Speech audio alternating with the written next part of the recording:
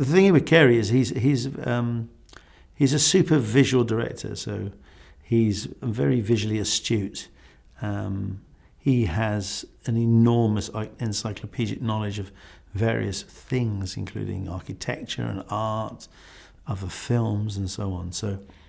But he doesn't actually, unlike some other directors, give you a very specific, detailed brief. He likes to just let you bring some things to the table.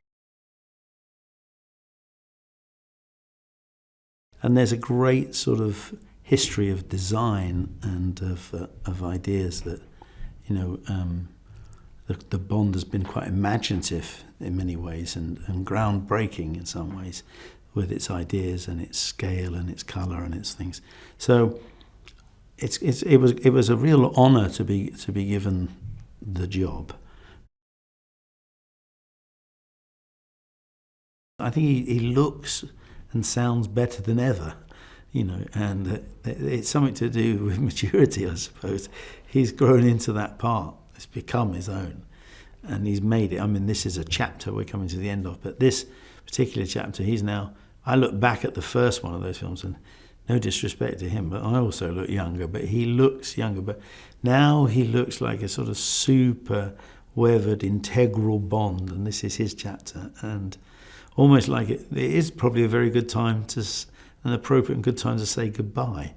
And but his performances in this film are superb, so he's given us everything, he's given us every last ounce. In fact, he injured himself in trying to do it,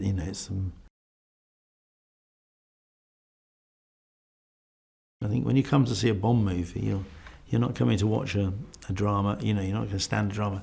You want to see something that's visually alert and exciting and interesting. So even a Scandinavian house, we poured over the way to make that look good and plan the shots, how the walls break apart so Linus can shoot in it. So, we're looking for a grand aesthetic and, together with all the departments, there's some amazing people involved in making these films. Yeah, so people at the top of their just very inventive and extraordinary. And so I've had an absolutely amazing experience making this. I can't deny it's been tough. The time restraints and things have been tough. But I think the thing we've not let go of that